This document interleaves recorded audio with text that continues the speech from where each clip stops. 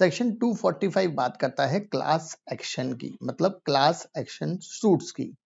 बहुत ध्यान से, अब नाम से ही लग रहा है यार, यहाँ पर हम बात करेंगे पर्टिकुलर क्लास ऑफ पर्संस के लिए, मतलब एक group of preference share holder है, एक ग्रुप ऑफ मेंबर्स हैं, एक ग्रुप ऑफ डिबेंचर होल्डर हैं, सब इनको समस्या है, तो ये पर्टिकुलर व्यक्ति जाएंगे अपना केस फाइल करने के लिए, अपनी समस्या को सॉल्व कराने के लिए, राइट। चले, तो इन्होंने क्या बोला है, सच मेंबर्स और मेंबर या डिपॉजिटर्स वगैरह जिन्होंने कंपनी में सब डिपॉजिट दिया है, जो डिपॉजिट्स की डेफिनेशन में आते हैं, या एनी क्लास ऑफ देम में, if they are of the opinion that, company का जो मैनेजमेंट है वो उनके अगेंस्ट में काम कर रहा है।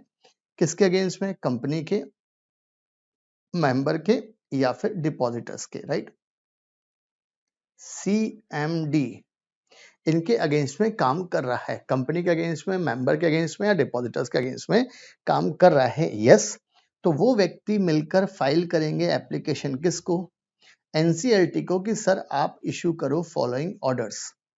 कौन कौन से ऑर्डर्स हैं? तो यहाँ पर ये ऑर्डर्स आप इशू करने के लिए बात करेंगे, किससे? ट्रिब्यूनल से। पहला order, to restrain the company from committing an act, जो अल्ट्रा वायर्स है। अरे भाई, कंपनी के ऑब्जेक्ट क्लॉज में वो लिखा नहीं है, फिर भी आप वो ऑब्जेक्ट किए जा रहे हो, तो वो आपको रोकने के लिए, स्टे ऑर्डर के लिए, वो अल्ट्रा वायर्स एक्ट को रोकने के लिए आप ट्रिब्यूनल को अप्लाई करेंगे। To restrain the company from committing breach of any provision of the memorandum and article, memorandum article के प्रोविजन का ब्रीच कर रहे हैं, इसको रोकने के लिए। To restrain the company and its director from acting on any such resolution, कोई रिजोल्यूशन पास हुआ है, उस रिजोल्यूशन को हम इफेक्टिव करने के लिए रोक रहे हैं आपको। To restrain the company from doing an act which is contrary to the provision of this act, companies act के अपोजिट है, लॉ ने बोला ऐसा काम नहीं कर सकते।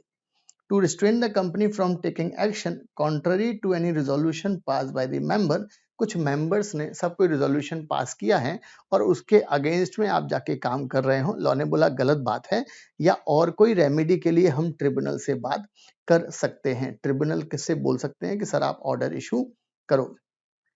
अब आपने ट्रिब्यूनल को बोल दिया कि सर इनमें से आप कोई भी ऑर्डर इशू करो, while dealing with application by the tribunal ensure करेगा कि member and depositors कौन से faith में काम कर रहे हैं? गुड फेथ में काम कर रहे हैं, इनकी कोई मैलाफाइड इंटेंशन नहीं है। If the application filed before the tribunal and it is found that कोई relevant नहीं है, तो makes an order that the applicant shall pay to the opposite party, आपको कॉस्ट कुछ बियर करनी पड़ेगी, नॉट एक्सीडिंग 1 लाख रुपए से ज्यादा की कॉस्ट का ट्रिब्यूनल ऑर्डर नहीं इशू कर सकता। आप इतनी कॉस्ट इशू तो कर सकते हैं। ये तो हुआ अगर एप्लीकेशन को रिजेक्ट कर दिया है, बट अगर एप्लीकेशन को एडमिट कर लिया है तो the tribunal shall take into account the following factors. पहला, public notice is served on admission of the application, एक पब्लिक नोटिस देगा न्यूज़पेपर में, to all the members. Two class action applications for the same cause of action shall not be allowed, एक ही matter पे दो अलग अलग class of person ने, मेंबर्स ने अप्लाई करा, तो उन्होंने बोला दो एप्लीकेशन अलाउड नहीं है सेम मैटर पे। Cost and expenses shall be repaid by the company और एनी अदर पर्सन रिस्पॉन्सिबल, ये बंदे फिर वो कॉस्ट को बियर करने वाले हैं, राइट। सेक्शन नंबर कौन सा है? 245। कुछ मेंबर्स को, कुछ डायरेक्टर्स को, कुछ मेंबर्स को, कुछ डिपॉजिटर्स को हमने अधिकार दिया है कि भाई आप किसको एप्लीकेशन फाइल करो? ट्रिब्यूनल को, और ट्रिब्यूनल से ये 7 तरीके में से कोई भी तरीके का ऑर्डर आप मांग सकते हो। ट्रिब्यूनल अगर सेटिस्फाइड होगा अकॉर्डिंगली ऑर्डर इशू कर देगा, बट सारे के सारे मेंबर के रिस्पेक्ट में एक पब्लिक नोटिस देगा, और 2 क्लास एक्शन सूट एक ही मैटर के लिए 2 बार फाइल नहीं हो सकते। अगर ट्रिब्यूनल को लगा कि आपके एप्लीकेशन में दम नहीं है, आप तो सामने वाले पार्टी को मूर्ख बनाने के लिए ये काम कर रहे हो, तो लॉ ने बोला यार आप क्या करोगे साहब, वो आपको ऑर्डर करेगा कि भाई आपको क्या करना है, आपको पे करना है, आपको पे करना है, आपको, आप पे कर सकते हैं क्या चीज, आपको कोई डैमेजेस वगैरह पे करना पड़ेगा, ये लॉ ने बोल दिया, बट मैक्सिमम 1 लाख रुपए तक ही पे करना पड़ेगा, इससे ज्यादा पे नहीं करना पड़ेगा। अगर कंपनी ने कोई डिफॉल्ट की तो लॉ ने बोला पनिशेबल, कंपनी पे कितना फाइन है? 5 लाख से लेकर 25 लाख तक, और ऑफिसर पे रहना खाना फ्री है 3 साल का, फाइन कितना लगेगा? 25,000 से 1,00,000 रुपए तक। ये हुआ हमारा फर्स्ट चार्ट। सेक्शन नंबर कौन सा है? 245। ये बात करेगा साहब क्लास एक्शन सूट्स की। अब इंपॉर्टेंट चीज, सेकंड चार्ट में लिमिट्स दी गई हैं। भाई कितने मेंबर अप्लाई करेंगे, right? The number of members, depositor, याद रखना यहाँ पर मेंबर्स है, डिपॉजिटर्स है। मतलब अगर एक व्यक्ति भी इतना होल्ड करता है, उसके पास दम नहीं है एप्लीकेशन फाइल करने की, कम से कम 2 व्यक्ति, 2 मेंबर या 2 डिपॉजिटर तो होना ही चाहिए 245 में एप्लीकेशन लगाने के लिए। आगे, अब यहाँ पर हमने डिपॉजिटर्स में सबसे पहले हम बात करेंगे मेंबर्स की। मेंबर्स को भी 2 पार्ट में डिवाइड कर दिया। अगर मेरी कंपनी हैविंग शेयर कैपिटल है या मेरी company not having share capital है, दोनों में कंसेप्ट अलग अलग है। पहले हम बात करें company having share capital. Member eligible to apply shall be lowest of the following. या तो 100 मेंबर अप्लाई करें,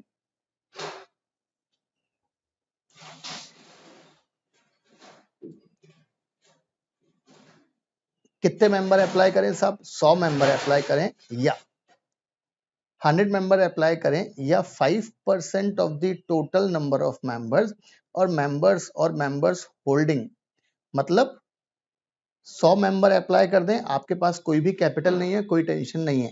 या फिर टोटल नंबर ऑफ, मेरी कंपनी में सब फॉर एग्जांपल 100 मेंबर्स ही हैं और 100 का निकाला 5%, तो आया 5 मेंबर। लॉ ने बोला 5 मेंबर के पास कम से कम इतनी कैपिटल होना चाहिए। बहुत ध्यान से, अनलिस्टेड कंपनी अगर है तो कम से कम कैपिटल आपके पास इशूड कैपिटल का 5% होना चाहिए, और अगर लिस्टेड कंपनी है तो आपके पास इशूड कैपिटल का 2% होना चाहिए, तो ही आपको हम मानेंगे। मतलब ये 5 मेंबर हो गए और इनके पास 5%, अनलिस्टेड कंपनी है तो 5%, लिस्टेड है तो 2% की बात है। और अगर मेरी कंपनी में company having no share capital है, तो लॉ ने बोला एप्लीकेशन वैलिड हम तभी मानेंगे जब कम से कम टोटल नंबर ऑफ मेंबर्स का 1/5 मतलब 20% कम से कम मेंबर्स ने अप्लाई करा है, तो ही हम उसको वैलिड मानने वाले हैं।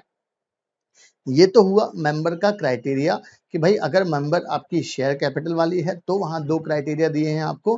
नो शेयर कैपिटल है तो आपको एक क्राइटेरिया दिया है कि टोटल मेंबर का 1/5 कम से कम अप्लाई करे। डिपॉजिटर्स, लॉ ने बोला डिपॉजिटर्स के लिए थोड़ा सा अलग कंसेप्ट है। Depositors eligible to make the application shall be the lowest of the following: 100 depositors और 5% of the total number of depositors, or one or more depositors to whom the company owes 5% of the total depositors of the company। बहुत ध्यान से, या तो 100 depositors apply करें या total number of depositors का 5%। मेरी कंपनी में 100 डिपॉजिटर्स हैं या मेरी कंपनी में 50 डिपॉजिटर हैं, लॉ ने बोला साहब इसका 5% कम से कम अप्लाई करें, मिनिमम 3 लोग, या एक से ज्यादा डिपॉजिटर जिनके पास कितना परसेंट है? 5% of the total deposit of the company है। मेरी कंपनी में टोटल डिपॉजिट है 1 करोड़ रुपए का। लॉ ने बोला साहब मिस्टर शर्मा जी ने आपको डिपॉजिट दिया है 6 लाख का, ये अप्लाई कर सकते हैं, कोई दिक्कत नहीं है, राइट? चल आगे, a member shall not be eligible unless he has paid all the calls and other sum due on his share। मतलब एलिजिबिलिटी तभी होने वाली है।